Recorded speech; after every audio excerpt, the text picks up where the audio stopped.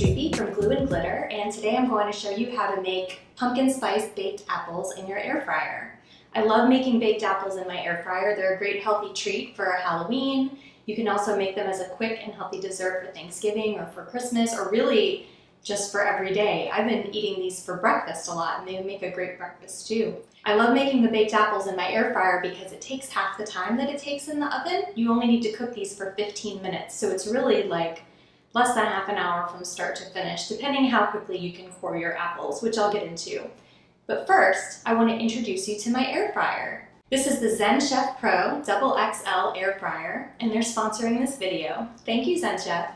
I love this air fryer. It's nice and big at 5.8 quarts. It's got plenty of room to feed my family of 3 with extra for leftovers, and plenty of room for these baked apples too.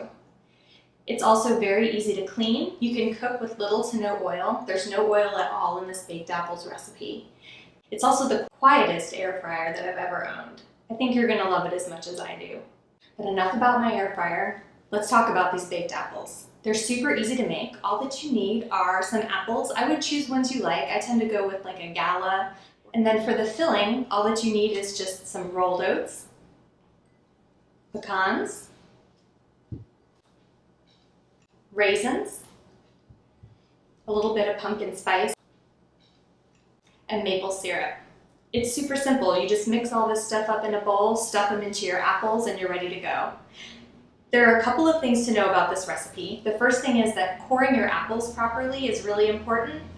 When you're coring your apples, you don't want to go all the way through because then your filling's just going to fall out when you lift them up. So when you go to cut the middles out, don't put your knife straight down. You want to go in at an angle and then cut around. And what I like to do is like a pretty shallow cut around, pop out that top, and then just use a spoon to get the rest of the seeds out. It's not as sexy as if you could just core it all at once, but it's a lot more foolproof. You're much less likely to cut all the way through that apple and have one that you can't use. The other thing about this recipe that's really important is that you do need to use a pan. If you've never used a pan in your air fryer before, don't panic.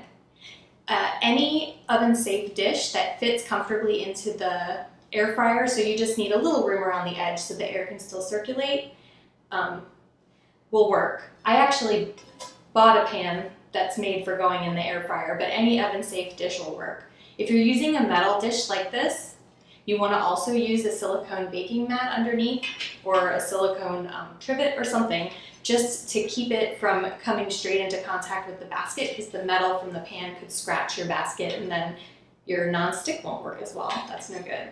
So I got this for like $15 on Amazon. It was cheap, and it came with some other accessories too. So I think that's it. You've got your pan full of water, you've got your stuffed apples, and you're ready to bake.